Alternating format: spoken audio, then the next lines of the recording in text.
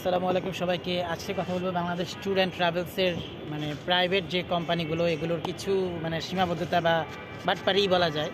বাটপাড়ি বলা যায় বলতে এখন তো সবাই সাজেক বা সাজেক বা অথবা কিলক্যারাডাং বা মিয়ামি বা নাফাকুম যাচ্ছেন। তো 2 দিনের ট্যুর যারা যাচ্ছেন বা 3 দিনের, অনেকে হচ্ছে দেখছেন যে 8,000 জায়গায় 4,000 রাখলো বা 3,000 রাখলো। আগে জিজ্ঞাসা করবেন যে ভাই আমাকে কি, যেহেতু আমি এগুলো পাহাড়ি অঞ্চল, তো আপনাকে কিন্তু চাঁদের গাড়ি বলে। চাঁদের গাড়ি কিন্তু 2 প্রকার, যেটা আমি ধরা খাইছি যে 25শে সেপ্টেম্বর 2024 সাজেক যেতে গিয়ে, যে কম দেখে আমি তো দিছি, কিন্তু আমাকে কিন্তু বলে না ওই সময় যে চাঁদের গাড়ি ছাদ খোলা যেটা সেটা না, চারপাশ বাউন্ডারি দেওয়া যায়, যেটা আমাদের ঢাকা থেকে কী বলবো রেলগেট থেকে গুলিস্তান, যে এরকম গাড়িতে। তো এরকম গাড়িতে তো আমি ওঠার জন্য আসি না, কারণ আমি তো পুরো সাজেক দেখার জন্য আসছি। যদি ছাদটা খোলা না থাকে চাঁদের গাড়ি, তাহলে তো ধরেন যে ওই আসল সৌন্দর্য বোঝা যাবে না।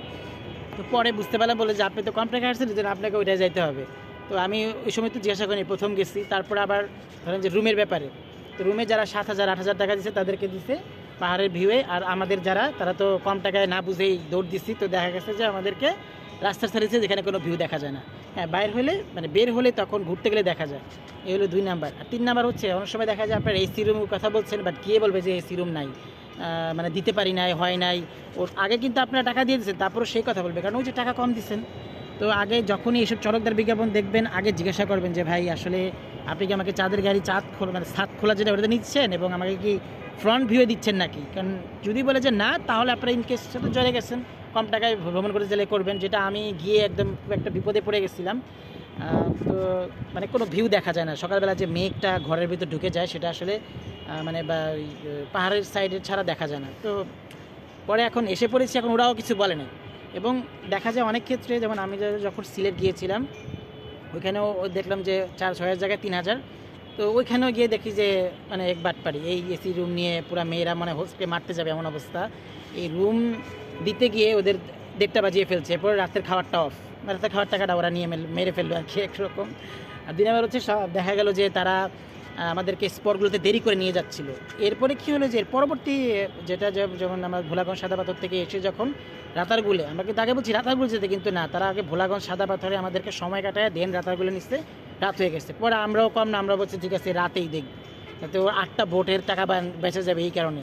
নাহলে ও তো আগে রাতারগুল ঘুরে তারপর না ভোলাগঞ্জ যাবে, কিন্তু সেই বাটপারি করার কারণে আমরাও দেখে আছে আমরা রাতেই ঘুরবো। তারপর রাত্রেবেলায় প্রত্যেকটা বোট 1500 টাকা করে ভাড়া দিয়ে ঘুরলাম, যে ওদেরকে তারপরে বললাম যে এইবার যদি শিক্ষা না হয়, এরপর হয়তো অনেকে হয়তো এমনও আছে যে বড় কেউ হয়তো অনেকে আছে যে মেরে বসে বা এদের নামে মামলাও দিতে পারে, কারণ এখানে অনেক সময় অনেক সরকারি বড় বড় পোস্টে কর্মকর্তারাও যায়, তো তারা তো লিগেলি যখন প্রমাণ পাবে তখন তো তাকে আর ছাড়বে না। তো এরকম যখনই চরকদার প্রমাণ দেখবেন, আগে ডিটেলস তাকে ফোন দিবেন, এবং অনেক সময় বাস ভাঙাও থাকে, বলে একটা দিয়ে দেয়, একটা সিট ভাঙা থাকে, এরকম আগে বলবেন যে আপনার বাসের ছবি দেখান, বাসের ভিতরের ছবি দেখান, এবং এরপর সিট প্ল্যান চাবেন।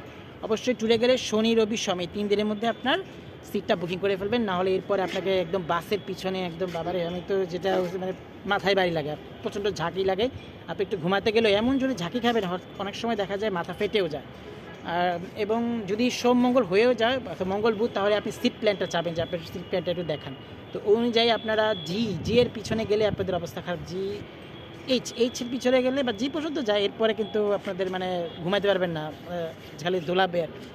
তো যে ব্যাপারটা হচ্ছে যে আমি যেহেতু এখন দেখতেছি অনেকে কিলক্যারাডাং, বগালেক বা এই মিয়ামি, আফাকুম, নামিয়াকুম যেগুলো হোক, ওই সবগুলোর চটকদার বিজ্ঞাপন দিচ্ছে। তো আমার মনে হয়েছিল যে এটা বলার জন্য আমি বললাম, কারণ হচ্ছে যে অনেকে না জেনে এরকম ভুল করে বসে।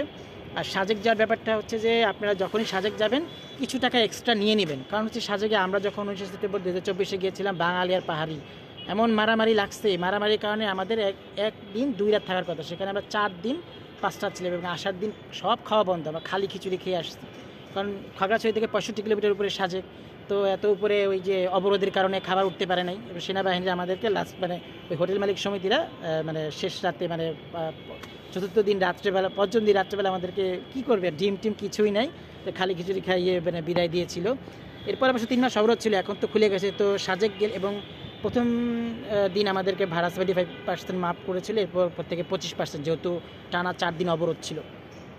তো যখনই যেখানে যাবেন, বিশেষ করে এই সব সীমান্তবর্তী অঞ্চলগুলোতে গেলে আপনাকে কিছু টাকা এক্সট্রা নিতে হবে।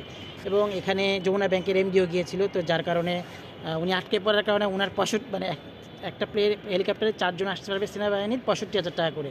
তো ওই রকম টাকা না থাকলে তো কেউ আসতে পারবে না। ওনার কাছে ছিল, উনি 65,000 টাকা দিয়ে পার পার্সন 4 জন পুরো ফ্যামিলি হেলিকপ্টার দিয়ে চলে এসেছিলেন সাজেক হেলিপ্যাড থেকে। কিন্তু সবার তো এই সামর্থ্য নেই।